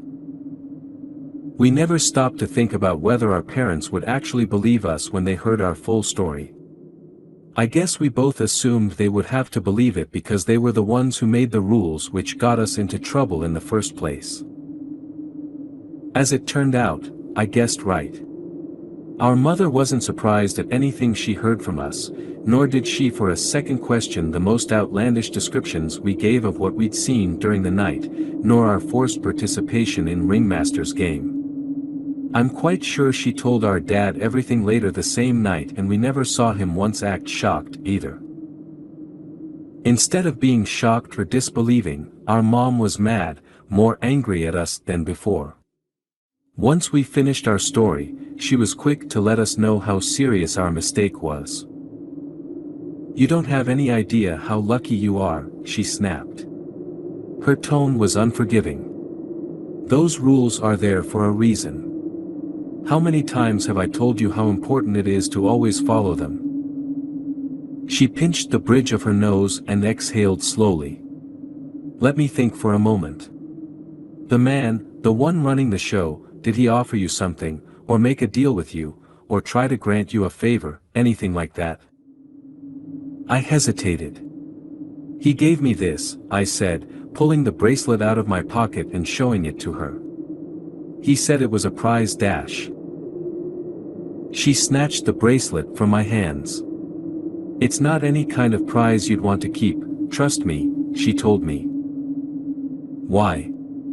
What is it?" Trinity asked. "It doesn't matter. You shouldn't have taken this from him. You shouldn't have done any of this." Her piercing look pinned us both in place with its severity. "Jesus, I can't believe you too. What in the world came over you?" I was on the verge of crying, the back of my throat choking up. I felt like I was about to lose it. "Are you not worried, like at all?" I cried. "We were both nearly killed back there. Isn't that a little bit concerning to you?" "How many times have I told you not to get too close to the old theater?" she replied harshly. "I was trying to protect you from having to go through something like this." Our father returned, cutting the conversation off. Without another word, he took our mom aside to speak to her in a low voice. After that, she seemed to calm down a bit. Actually, I could have sworn they both looked a little relieved as she returned her attention to us. When she spoke again, her tone was much more gentle and measured. "Kids, come over here." We did, and she took each of us by the shoulders, gazing into our eyes. "I'm sorry. You didn't deserve to hear me speak to you like that. Look, I know you've been through a lot. This must have been very traumatic for you. We're going to work through this, all right? But tonight has to stay between us. No one else can get involved. Not the police, not anyone." She sighed. "Everything's going to be all right. You're both going to be all right. Me and your dad will take care of this, I promise." Her hands on our shoulders tightened a little. "Listen to me, you can never, ever, do anything like that again, either of you. Do you understand?"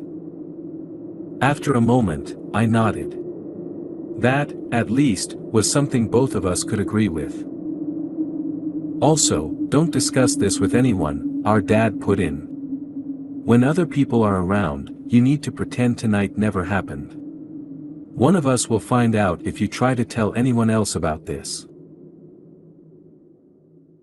I'm not going to punish you too because I know you've been through a lot and I can see you've already realized the gravity of your mistake," our mother added. She seemed satisfied with the looks we were giving her because she relaxed and slowly drew the both of us into an embrace. I wrapped my arms around her waist and buried my face in her coat like I hadn't done since I was 7. I cried, and I didn't let go for a solid minute, and neither did Trinity. Our mother comforted us quietly with promises the horrors were over and we were safe now. Then she gently disentangled herself from us, and took us to another section of the administration building where a simple kitchen and meeting room was set up. Dad went back out again to have another word with the police and tie up some loose ends for the night. During the following half hour, our mother continued to calm and console us with hot chocolates and iced fruit buns she'd been gifted by Tiffany. Meanwhile, we asked a lot of questions and she gave us a lot of vague and unsatisfying answers. The only thing she was willing to explain to us with any clarity was why she'd been so concerned about the ringmaster giving me a gift. "I'd prefer it if you didn't know because the truth will only frighten you. I meant what I said earlier, about you being better off knowing as little as possible about what's wrong with our circus. I'll tell you this at least because I hope it will help you to see sense next time you feel the urge to experiment with one of the rules. The ringmaster, the man who you saw running the show, he has been around here for a long time, a lot longer than me or you. He's, kind of like us, a performer, an artist. He loves to create unique productions, but they are all sick and twisted, and for the entertainment of other people who are cursed like he is. He has a particular method for seeking out new victims to join his troupe of performers." I was silent, and she continued. "How do you think all the other performers you saw ended up there?" she asked. "In the past, they were just like you or me, Celeste. They were normal people who visited the circus or used to work here. At some point they broke one of the rules and as a result, the ringmaster found them. In some fashion he manipulated them, perhaps giving them a gift like he did with you, or maybe he would make a deal with them, offering them an escape from one of his games, in exchange for a promise they would come back after a certain number of years. I've been keeping track of his activities for a long time. In that time I've become familiar with the variety of different methods the ringmaster uses to manipulate people." She held the bracelet out in one hand. "If you'd kept this, you'd come to regret it terribly. The longer you held on to it, the worse things would get for you. It would come with some kind of supernatural ability, I'd imagine enhancing your beauty or your talents as a dancer, to ensure you kept it and wore it more often. This would in turn strengthen the connection between you and him. The longer you kept it, the more you'd fall under his control, until finally, one night you would find yourself back at the midnight circus tent like all the others inevitably did. You'd walk inside and you'd never come back out again. After someone fell fully under his influence, they belonged to him, body and soul. Once they were called back to the midnight circus, there was no escaping him. They would be condemned to perform for the ringmaster over and over again, for the rest of eternity. She exhaled. Thank God we caught on to this quickly. If you had worn this for a while, perhaps not more than a couple weeks, you would have fallen under his thrall, and your soul would be his. I remembered the haunted and tormented looks on many of the performers' faces. I was also reminded of some of the other acts where the performers within them looked honestly like they couldn't be happier. Is that why so many people who worked here disappeared? I asked in a small voice. They didn't really leave like you told us, did they? Most of them did leave, for various reasons, my mom admitted. But yes, a few of them broke the rules, though not all of them broke the one you did. Over the decades, plenty of people have been tricked by him and then trapped into performing at his midnight circus, and each of them is now a part of one of his acts.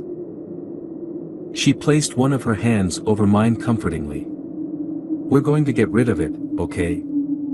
I'm not going to let him take you away from us. Ever. I nodded wordlessly. All the anger and resistance had drained out of me. The seriousness of all she'd said was written over my mom's face. I felt nauseous thinking back to the insidious smile the ringmaster gave me as I was leaving his tent, understanding as I did now what his intentions were for me. After she was done feeding us, our mother directed me and Trinity to our car. You two need to get some rest, she told us. It's 4 a.m. and you have to perform tomorrow afternoon and in the evening. She wouldn't respond to any more questions from us. The last thing I remember either of my parents telling us that night was something our mother said as she guided us over to her car. There are some things about this circus that are dangerous to get too curious about, she told us. Like what you saw tonight. As long as you don't break the rules again and stay away from the midnight circus when it appears, we can keep you safe from the ringmaster. Just don't ever do something like this in the future, alright? Later that night, me and Trinity sat on my bed next to each other in an uncomfortable silence. I could tell Trinity wanted to say something, so I waited for her to speak. What do we do now? She asked eventually. Neither of us had an answer to the question, and the silence between us returned. After a minute or two, Trinity gave a long yawn. Seeing my reaction, she shrugged, and rubbed her eyes. Aren't you tired too? She asked. I stared at her. You don't want to discuss any of what our parents said back there. I burst out. Doesn't it bother you how they reacted? It does, she admitted. But I don't see how discussing any of it will help. Mom was right. We should try and forget this ever happened. I felt like I should protest. I didn't, though. I was tired too, a tiredness which had crept up on me suddenly and left my eyes heavy and my mind foggy. Fine, I declared after a few moments, raising my hands. Maybe that will work for you. Personally, I can't imagine living the rest of my life working here knowing what I do now. What choice do we have? Trinity asked simply. I couldn't think of a suitable response. I could hardly think clearly at all. We sat for a few minutes in silence, both of us weighed down by increasing drowsiness. She eventually stood up, hesitated and then asked, Are you okay? After what you went through tonight? I don't know, I said, honestly. I hope I will be. She sucked in her bottom lip. Look, whatever happens. You know I'll be there if you need someone to talk to. I nodded, and smiled just a little bit. Of course I do. She gave me a quick hug and moved toward the door. I watched Trinity head off down the hall to her room, wondering if I'd really just gone through what I did. Thinking back on it from the safety and comfort of my own bedroom, it didn't seem all real. It was far too crazy, I thought, to be real. I wondered if it wouldn't be easier if I pretended it was all in my head. It seemed a lot less scary when I imagined it as a bad dream. I'd expected our parents to say more, in the end. To make a real attempt to explain what happened. I felt like they at least owed us that. Instead, our parents made us go along with our lives like nothing had happened. They weren't planning on ever giving us any kind of closure for the trauma we'd experienced, or a proper explanation as to what was really going on with the circus. They were reluctant to bring the weird stuff up again at all, in fact. As it turned out, us twins were never meant to know the dark secrets behind the grand circus of mysteries. We didn't tell anyone about what we'd been through, like our parents instructed. We went on with our lives, and from the outside, you wouldn't have any clue to how much we'd been changed by that night. I did my very best to avoid the haunted circus tent, and I followed my parents' other rules religiously to a point where I was always paranoid about them. There were times I would find myself wondering what else my parents were hiding, and if I should try to find the cause of all the weird and messed up stuff going on at the circus. I would always convince myself it wasn't worth it, seeing myself back in the glass box listening to the whine of the saw blade as it edged ever closer to me, reminding myself of how close I came that night to a horrific death. For the next 2 years, I did what my parents asked of me and kept the whole thing a secret. For those 2 years these memories festered inside me, and I did my best to live with them. During the daytime, it was easier. There was always so much going on, between my schoolwork and being a circus performer. I was always too concerned with other things to think about the ringmaster and his circus, and most of the time, it was easy to keep the haunting memories at bay. The nights were different.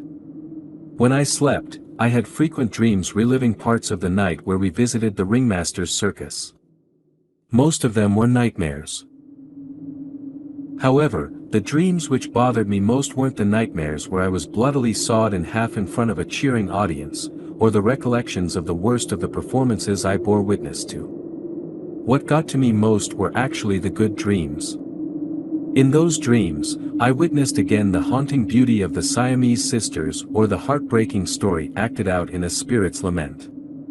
The most difficult dreams were the ones where I was reminded of all the things, such unspeakable, wonderful things, that I would never get to experience again. God, what I would do to be able to capture and share such emotion when I performed on stage. To make audiences feel the way the Siamese sisters made me feel. To have such power over everyone watching me. In less frequent dreams, I did become one of the performers on stage, and for hours I would perform tirelessly like I had never performed before, basking in the awe and enrapturement of the largest audience I'd ever seen. It was so much better than the high I usually felt during any of my performances. It was the same feeling but multiplied by 10. They were the best dreams, and also the worst ones, because no matter how wonderful they were, a part of me knew none of it was real, and the fantasy would soon reach its inevitable end. When I woke up from those dreams I would find myself in a stupor of despondency as I was confronted by reality. It was a reality where I wasn't one of those performers, and I never would be. I was just my mediocre self, and it was nowhere near good enough. I entered into an intense depression and became filled with an unbearable sense of self-loathing which persisted for hours and never fully went away. Trinity told me for her, these dreams became less frequent after a while. She promised they would for me, too, but they never did. She didn't act quite as bothered by the experiences of that night as I was. I genuinely couldn't tell if she was acting as much or seriously had managed to find a way to work through it. If so, I was glad at least Trinity was able to put it behind her. I couldn't blame her for the way she so easily resumed her normal life. If it were possible for me, I would have happily left this whole thing in the past like she did. Though me and my twin went on with our lives as best as we could, this wasn't quite the end of my story, or Trinity's. The Ringmaster never let us go, not really. He'd always planned on at least one of us returning to him. I met the Ringmaster again 2 years later. It was as I was passing by the midnight circus one night, alone. He was leaning against the wall of the tent, almost invisible in the darkness. In such little light I didn't recognize him at first, and it was his voice that identified him. "Hello, Celeste." The words froze me on the spot. They sent me straight back 2 years ago to still vivid recollections of being trapped at the midnight circus. He moved up closer to the fence and made a show of looking me up and down, making me want to retreat to the shadows where he couldn't see me. "My God, how you've grown since I last saw you. I can hardly believe it's only been 2 years. I know what you tried to do to me, I managed to get out." "What did I try to do to you?" he asked innocently. I swallowed. "You know what I mean. You wanted to make me one of your slaves, like the rest of the people working at your sick circus." "They're not my slaves. I treat them as if they are my own brothers and sisters," he protested. "As for getting you to be a part of the troupe, well, I had to try." He spoke casually, and completely unapologetically. "Oh, and don't think I've given up on you just yet. Someday, I still hope to see you join us." "I can't be talking to you. I've got to go," I said, backing away. The Ringmaster didn't move, didn't react, until I turned and started making my way quickly in the opposite direction. "I came here to ask you something. Something I've been thinking about for a while. Did your parents ever tell you the story of how they came to own the Grand Circus of Mysteries?" he called out. I kept walking. "They didn't, did they? They wouldn't want you to learn about their past because they're not the people they want you to think they are." I didn't stop, or slow down. I didn't want to let him realize his words were getting to me. "They're keeping other secrets, too. Secrets I'd have thought you would have a right to know. Such as what their plans are for you and your sister when you grow up." He raised his voice so it cracked through the night air. "They have your future all mapped out. They plan to use you and your sister until your souls are condemned to this place like theirs once were. Do you want that?" When I glanced back at the midnight circus, the Ringmaster's face was more serious than I'd ever seen him. "You don't believe me," he said unaffectedly. "That's fine. What I ask is for you to find the truth for yourself. You may not trust me, but there's plenty of other people out there who can tell you what I know. Some of those people know your parents even better than I do." His face changed and he gave me a sudden, lopsided grin. "It's your choice. You can turn a blind eye to this and tell yourself my words are all lies. You may even get yourself to believe it. You're lying. You're trying to manipulate me," I said flatly. He shrugged. "Nothing I have to say here will convince you otherwise. But I don't have to convince you that I'm honest, only that your parents might not be." He added as an afterthought, "Oh, and just to make my intentions clear, I have good reason not to like your parents. This isn't some trick I'm playing to get you or your sister under my thrall. I'm helping you because in the end, you're going to be the only one who can stop them." "You're not helping me," I snapped. "I don't know what you're trying to do, but I'm not doing anything for you, alright? Leave me alone." I started walking away from him without waiting for a response. The Ringmaster, surprisingly, made no attempt to follow me, and when I glanced back, he'd vanished again, and I could hear the faint sounds of his voice announcing the next show from within the midnight circus tent. I couldn't quite get our little conversation out of my mind. As it turned out, I ended up doing exactly what he predicted I would do and took a dive deep into my parents' past. I found some things which changed me and my sister's life forever. But that's a different story. One perhaps more crazy and disturbing than what I just told you here. There's plenty of fun and exciting things to entertain you at our circus. You could wander around for a whole day and never get bored here. Really, you should come visit sometime if you hear of us stopping by in your area. We move around a lot, so there's sure to be a chance of it at some point. As of recently, we've opened up a Music Express ride and we're preparing an awesome classic horror movie themed haunted house, filled with the likes of Michael Myers, Ghostface, and Jason Voorhees. We've also opened up a new game stall where you can win these absolutely huge, fluffy stuffed teddy bears and cute, pretty unicorns as prizes. Not to mention the new and thrilling performances we have lined up. Recently, me and Trinity started working with the cord lease for some of our acts. It's been incredible to train with this new aerial apparatus. It really takes your breath away when you're diving and swinging 8 meters up in the air, hanging by nothing but a single long piece of rope. I can't adequately describe it to you with words. You have to experience it for yourself to understand. If you choose to stay one night late enough at night at the Grand Circus of Mysteries, you might overhear the sound of carnival music, a tune which borders on the fine line between a happy and haunting melody. If you listen out carefully, you might hear the cheers and howls of a disturbed audience, and a myriad of less identifiable sounds echoing in response to, or as a part of, whatever show is currently playing in the tent. You could find yourself listening to the grand voice of an announcer describing all manner of things you can't imagine. Don't pay any mind. Don't get too curious. Follow the rules and stay away from the dimly flickering tent at the back of the circus.